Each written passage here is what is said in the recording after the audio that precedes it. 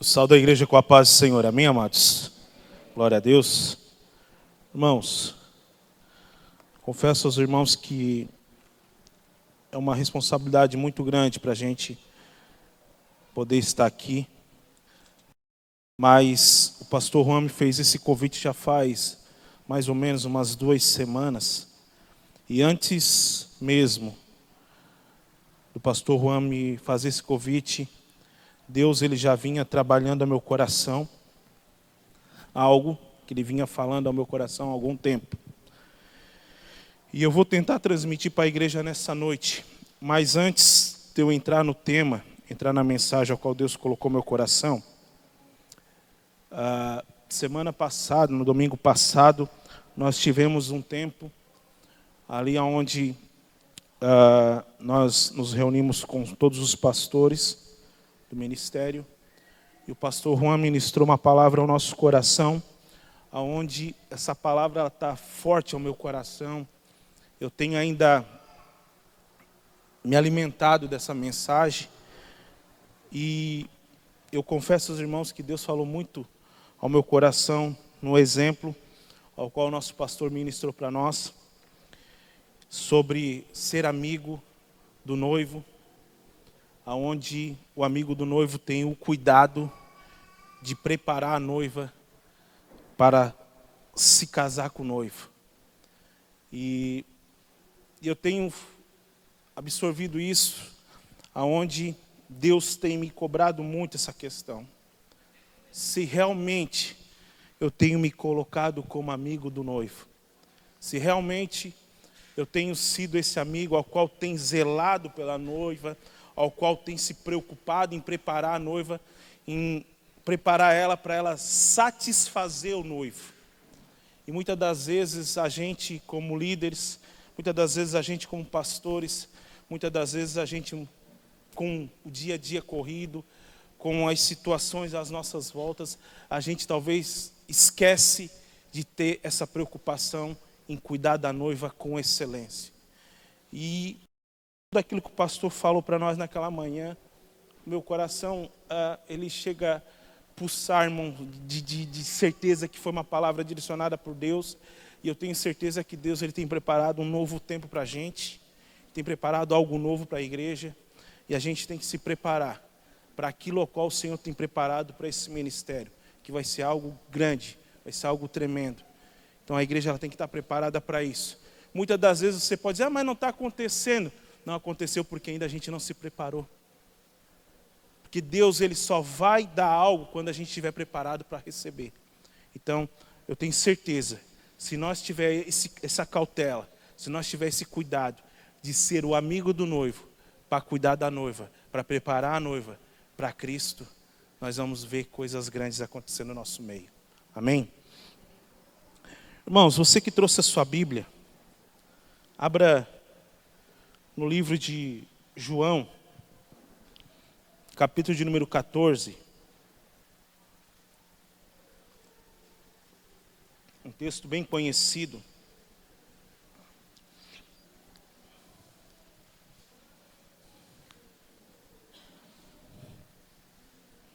João 14.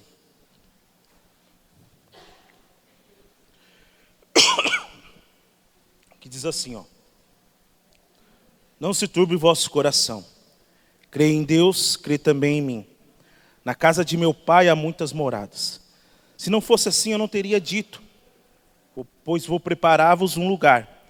E quando eu for preparar-vos esse lugar, voltarei e vós recebereis para mim mesmo, para que onde eu estou, estais vós também. Amém? Deus ele tem trabalhado o meu coração nos últimos dias, como falei, antes mesmo do pastor me fazer o convite para estar nessa noite trazendo algo da parte de Deus para a igreja.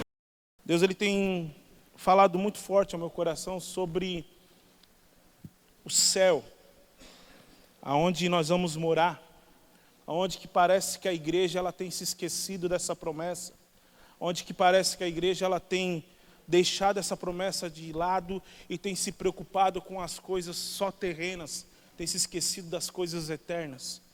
E quando o Senhor Jesus, ele nos leva essa mensagem, não se turbe o vosso coração, crê em Deus e crê também em mim. Na casa de meu Pai há muitas moradas. Ou seja, o Senhor está nos prometendo algo, irmão. Algo que é para a eternidade. Algo que a igreja parece que se esqueceu de buscar isso. Parece que a igreja ela está com o coração endurecido para quando é mencionada uma mensagem de eternidade, de salvação, de céu. Onde hoje as pessoas elas se preocupam simplesmente com mensagens terrenas, como diz o nosso pastor algumas semanas atrás, acho que foi na última mensagem ao qual ele ministrou aqui, é chave disso, é chave daquilo, é promessa de vida financeira, é promessa disso, é promessa daquilo. Esquece que dá a promessa mais valiosa que todo crente tem, que é a salvação. Que é o nosso alvo, irmãos, que é o nosso maior propósito. Quando nós saímos da vida mundana e viemos para Cristo, nosso maior propósito é a nossa salvação. E eu e você temos que almejar essa salvação, eu e você temos que desejar essa salvação, porque o Senhor Jesus, Ele diz, olha, eu vou preparar um lugar para vocês, porque lá tem morada para todo mundo, e eu estou indo preparar esse lugar, ou seja, eu estou preparando a sua morada. Ou seja, Ele está nos dizendo assim, olha, não te preocupe, tu não vai ficar sem habitação, porque eu estou preparando algo para ti, estou preparando algo para a noiva, estou preparando algo para a igreja. E ele diz algo que me chama bastante atenção, ele diz assim, e quando eu for preparar-vos esse lugar, voltarei e vos receberei para que onde eu estou, vós esteja também. É algo valioso, irmão, algo que nós temos que absorver e desejar. Hoje nós devíamos sair daqui hoje ansiando estar nesse lugar, desejando estar nesse lugar ao qual o Senhor está preparando. Quando a gente fala sobre salvação, a igreja não se alegra mais, parece. Quando a gente fala de salvação, parece que a igreja não glorifica mais com aquela intensidade. Se a gente falar aqui, hoje nós temos 10 chaves de portas, a igreja fica glória a Deus, amém, é isso, fica dando o glória a Deus, um amém. Mas quando a gente fala sobre, Deus tem um momento de salvação para você, Deus tem preparado a salvação para você, Deus tem preparado uma morada para você, a igreja fica calada. A igreja não recebe mais isso, parece que a igreja não anseia mais isso, parece que a igreja está com o coração dividido. E nós temos que entender que é uma promessa a qual o Senhor tem feito para mim e para você. Não é só mais uma promessa, mas é algo qual Ele já pagou, algo qual Ele já confirmou. Quando Ele se entrega naquela cruz e Ele diz, está consumado, ou seja, Ele diz, está paga a tua dívida. Eu estou te dando algo eterno, eu estou te dando algo que só cabe somente a você. A única pessoa que pode impedir de você alcançar essa salvação é você mesmo. A única pessoa que pode impedir de você alcançar essa promessa ao qual o Senhor está falando aqui é você. Só eu posso perder aquilo que Deus já me deu. Só eu posso perder essa salvação que Jesus já me deu, meu irmão. Mas ninguém, não é o pastor, não é o irmão, não é a minha esposa, não é o meu filho que vai roubar aquilo que Jesus já me deu. E muitas das vezes nós não ansiamos mais. Foi louvado aqui nessa noite. Muitas das vezes nós louvamos com os nossos lábios, mas o nosso coração está dividido. Muitas das vezes nós estamos aqui adorando o Senhor, dizendo, Senhor, reacende a chama, mas a minha chama no meu coração, minha mente está lá no mundo lá fora, querendo adulterar, querendo mentir, querendo roubar as coisas. Mas nós adoramos a Deus com os nossos lábios. A irmã Andréia falou semana passada isso aqui na igreja. Ela ministrou algo sobre isso. Onde está o nosso coração? Queremos adorar, queremos falar palavras bonitas, queremos ministrar uma palavra bonita, queremos falar uma palavra que impacta, que vai te impactar. Queremos fazer um louvor que vai mexer com a igreja. Mas será que o nosso coração realmente está voltado nessas coisas? Reacende a chama, Senhor, eu quero ser usado, eu quero ser cheio, eu quero ser um vaso transbordante. Será que realmente é isso que eu anseio? Será que realmente é isso que está no meu coração? A igreja tem vivido momentos de fraquezas espirituais, irmãos. Tem vivido em busca de coisas que não vão edificar. tem se apegado em homens e mulheres de Deus que você nem conhece a história deles. Eles dizem ser homens e mulheres de Deus. Pastor João leu um texto semana passada, e Deus já tinha tocado no meu coração sobre isso, Salmos 20.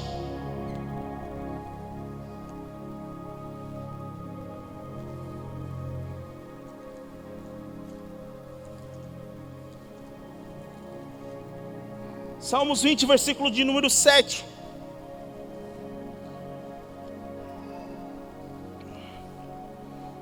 Diz assim, ó: uns confiam em carros, outros em seus cavaleiros. Nós, porém, nos gloriamos em o nome do Senhor nosso Deus. Quando eu leio esse texto, eu começo a entender que o nosso coração muitas das vezes está voltado para aquilo que nós temos, ou para aquilo que nós vamos alcançar. Quando nós lemos esse texto de Salmos, nós entendemos que antigamente quem tinha grandes carroças, exércitos que tinham carroças, cavaleiros preparados, eles eram mais fáceis de vencer a batalha. E muitos se diziam: o meu exército, olha os meus cavaleiros, olha as minhas carroças, e se gloriavam daquilo. Mas a palavra de Deus, o salmista aqui, ele está dizendo: olha, nós temos que se gloriar sim em ter um Deus poderoso. Nós temos que se gloriar sim em servir a esse Deus que vai nos dar a vitória. Nós temos que se gloriar sim em servir a esse Deus que vai fazer a diferença em nossas vidas. É isso que nós temos que nos se gloriar.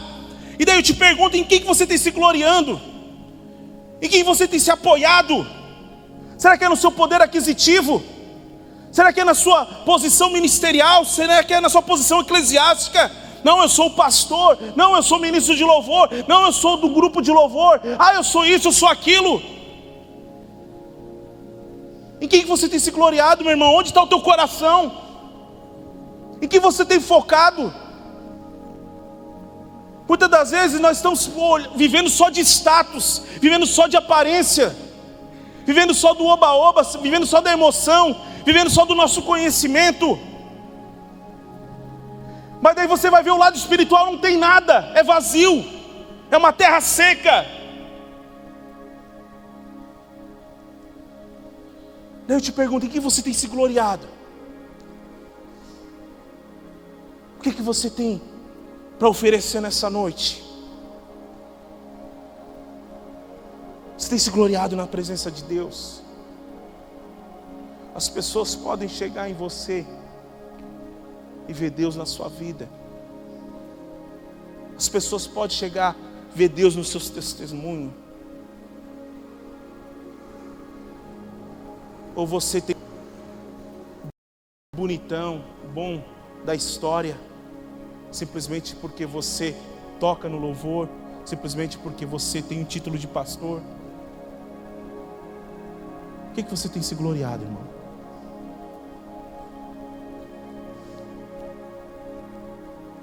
Gênesis 25, 29.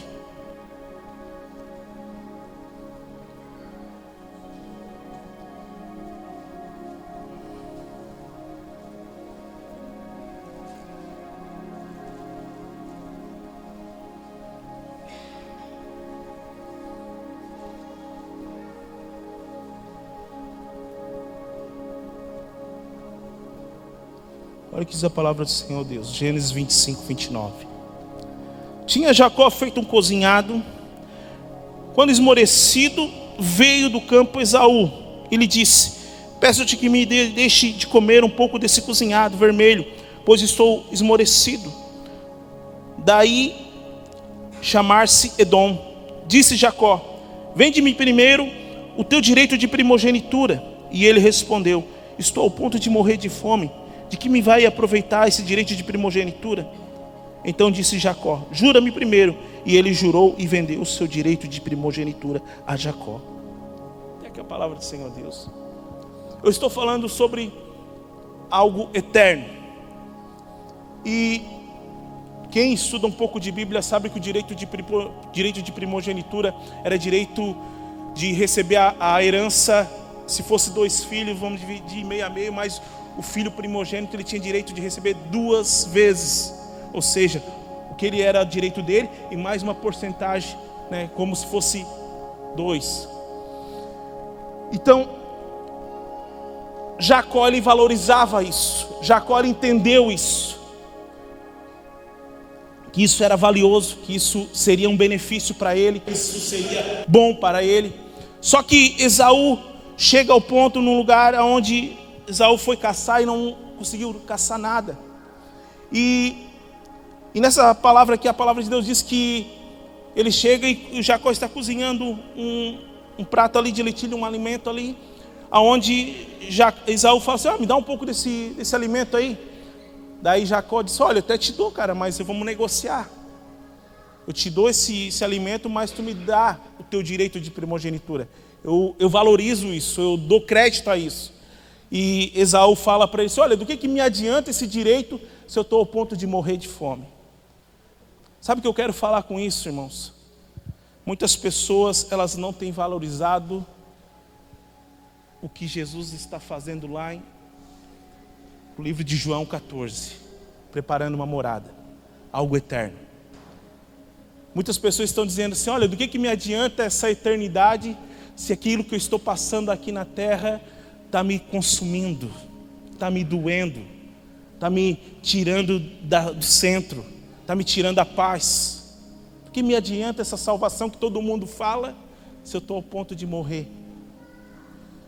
Irmão, eu quero te dizer uma coisa, algo que o Espírito Santo falou comigo hoje quando eu estava revendo essa mensagem. Se for para eu morrer aqui, mas eu ter a minha eternidade, já valeu a pena. A igreja acho que não consegue entender essa profundidade. Do que te adianta esse direito de talvez de primogenitura? Muitos aqui estão pensando: do que me adianta isso agora, pastor? Eu vou viver o momento. Talvez os jovens estão dizendo: olha, eu vou viver o momento. Vou viver o momento com a minha namorada, vou viver o momento, né, na balada, vou viver o momento com os meus amigos. Do que me adianta estar dentro da igreja ouvindo mensagens que não estão fazendo diferença nenhuma na minha vida? Muitas das vezes você está trocando aquilo que é eterno por algo que vai te levar à morte, irmão. Daí você está dizendo: mas eu estou morrendo, pastor. Eu estou morrendo aqui dentro da igreja. Está morrendo porque tu não tem intimidade com Deus. Está morrendo porque tu não entende o que Deus está falando contigo nessa noite. Está morrendo porque tu não tem valorizado aquilo que o Senhor tem preparado, um lugar, uma morada. Está morrendo porque você não tem tido caráter, não tem tido comprometimento com as coisas de Deus. Por isso que você está morrendo. Não é igreja, não é ministério, não é nada. É porque você não se compromete com a palavra de Deus. Esaú, ele não se comprometeu com o direito de primogenitura. Ele não se comprometeu com aquilo que o Senhor, o pai dele, tinha prometido para ele. Ele não valorizou aquilo que o pai dele estava dando para ele, que era bênção dobrada, herança dobrada. E daí eu quero te dizer: você tem valorizado o que Jesus pagou um preço naquela cruz por você? Você tem dado crédito a isso? Você tem dado crédito a essa palavra? Você tem dado crédito ao esforço de Jesus? Você tem dado crédito àquilo que o Senhor tem feito para a tua vida, meu irmão? Muitas das vezes é mais fácil viver na mentira. Muitas das vezes é mais fácil viver no engano. Muitas das vezes é mais fácil viver no momento, na ondinha. Sabe, pastores e igreja, quando eu estava lendo essa mensagem, o Senhor falou que a igreja está aceitando qualquer tipo de alimento.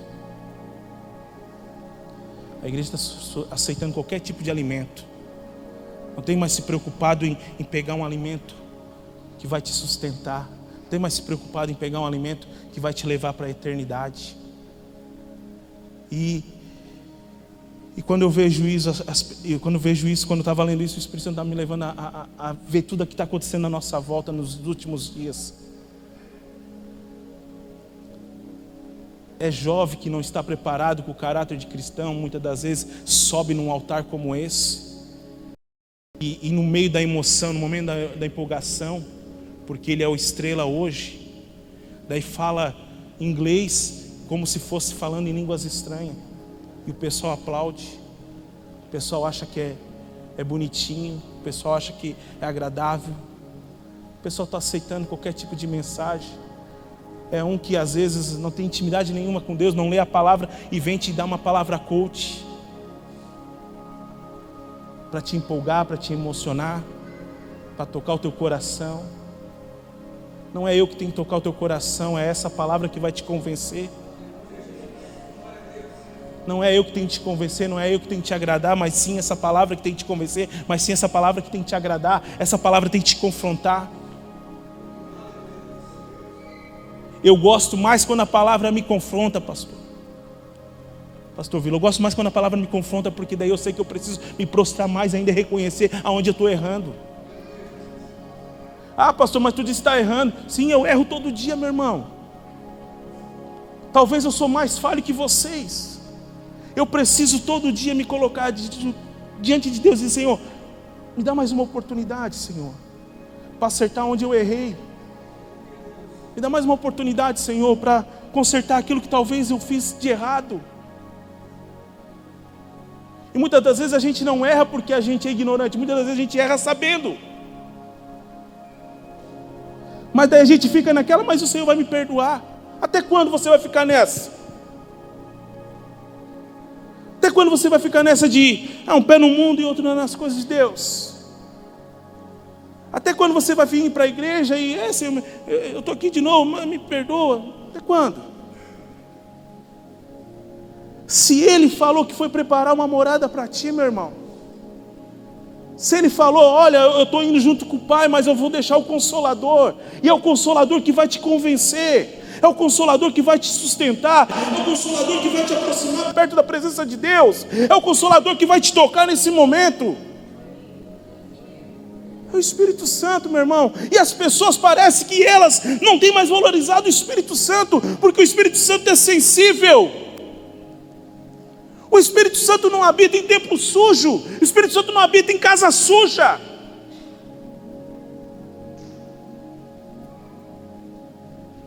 É igual o Espírito Santo é que nem aquela criança sensível que às vezes tu nem fez nada nela, ela tropeça sozinha, ela já abre a boca chorando. O Espírito Santo é sensível. Então Ele não vai aceitar te dividir com o pecado. Ele não vai aceitar te dividir com a mentira.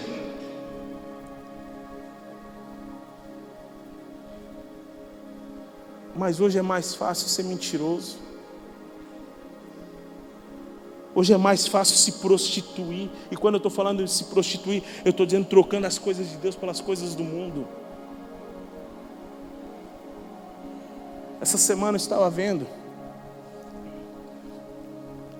eu vi 2 entrevistas, um casal de pastores que eles são famosos, e eles estavam na questão tipo, falaram que o casar e isso, aquele outro, já namoravam há 2 anos, são de mídia, e assim de uma hora para outra decidiram se separar, e eles não eram casados ainda. Quando na semana que eles iam assinar os documentos que o casar, eles se separaram.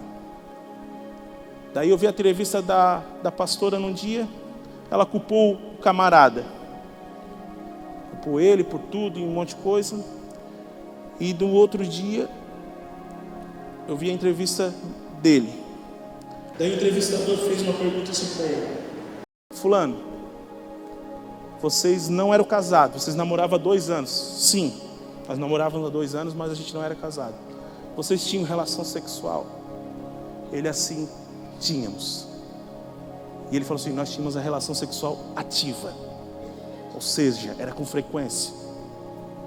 E daí o entrevistador assim para ele: tá, mas tu sendo pastor de igreja, tu pregando que tu sabe que a fornicação é pecado, o que tu transmitia para a tua igreja? O camarada abaixou a cabeça, não falou mais nada.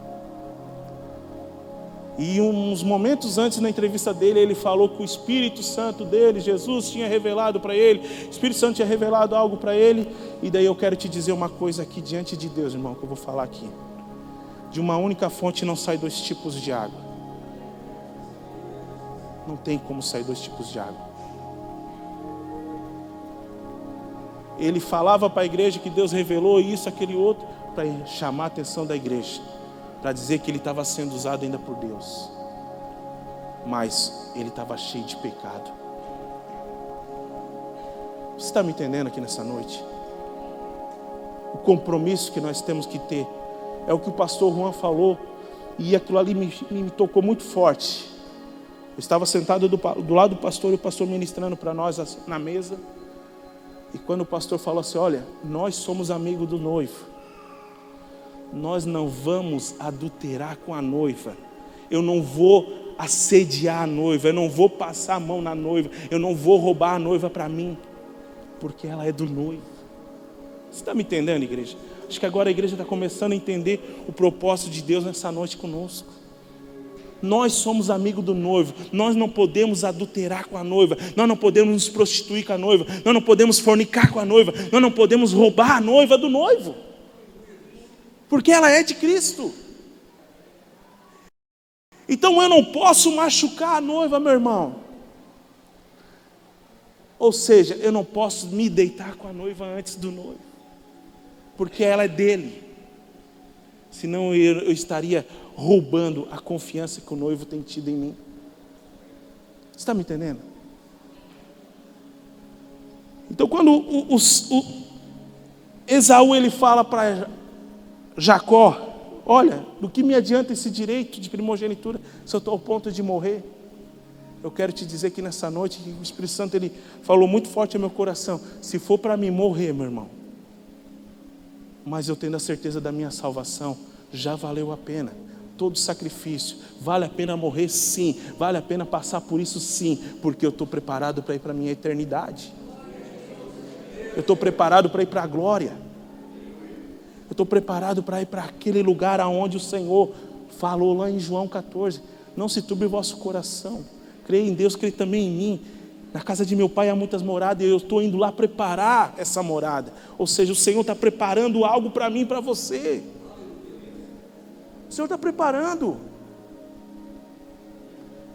E agora esse último texto que eu vou ler nessa noite, é para você que um dia pregou a palavra do Senhor, um dia você evangelizou, um dia você deu testemunho, um dia você fez a obra do Senhor. Mateus 7:22.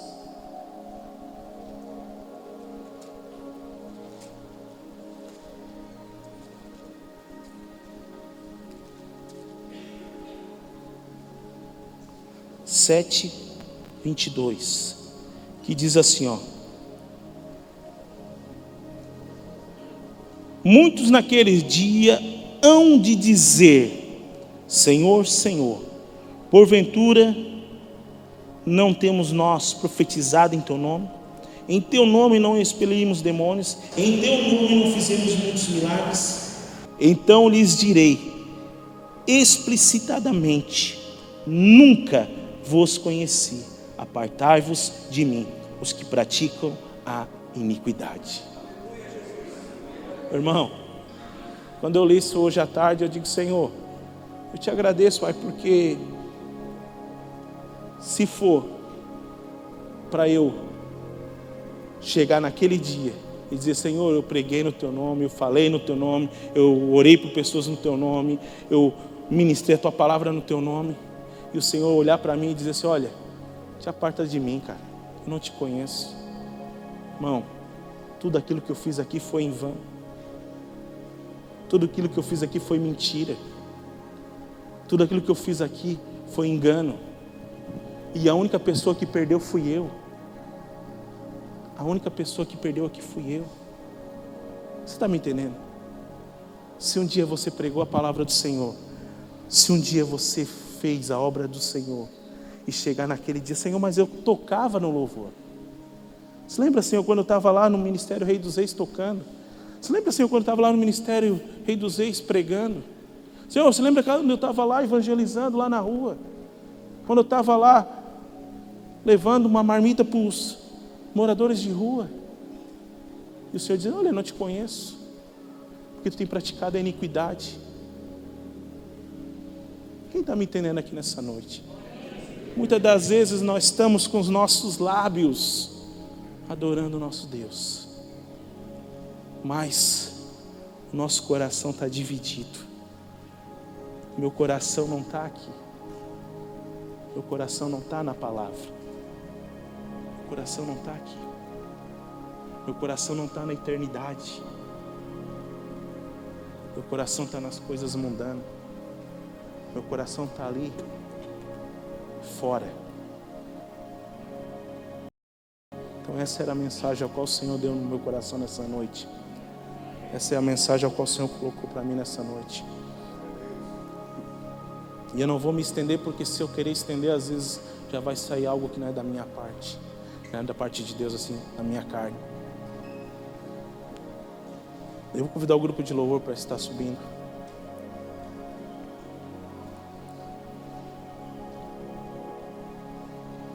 Vou convidar a igreja a se colocar de pé.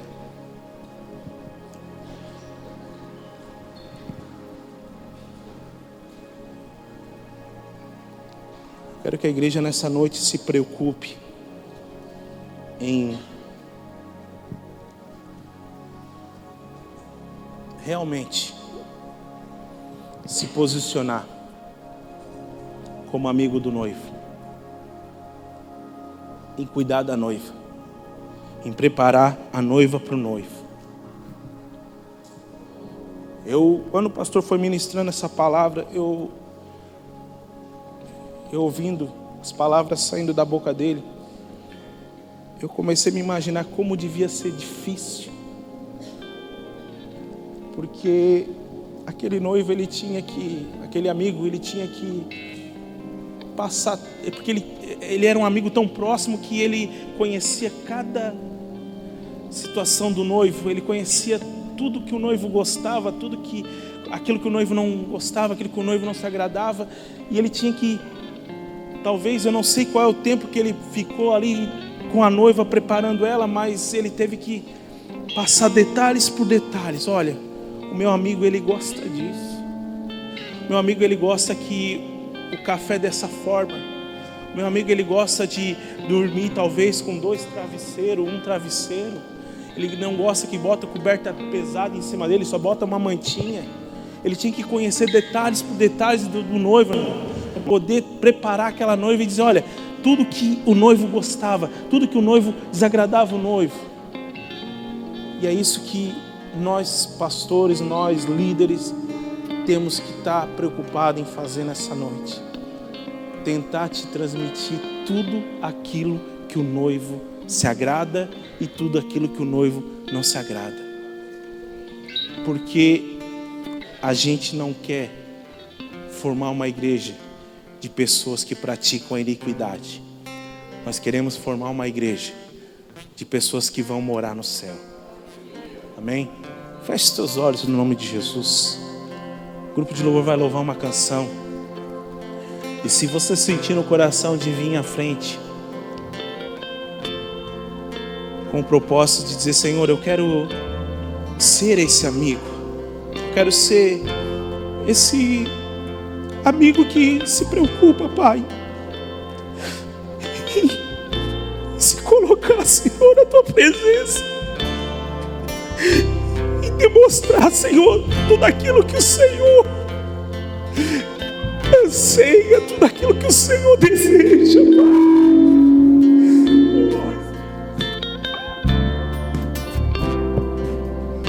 Oh Deus,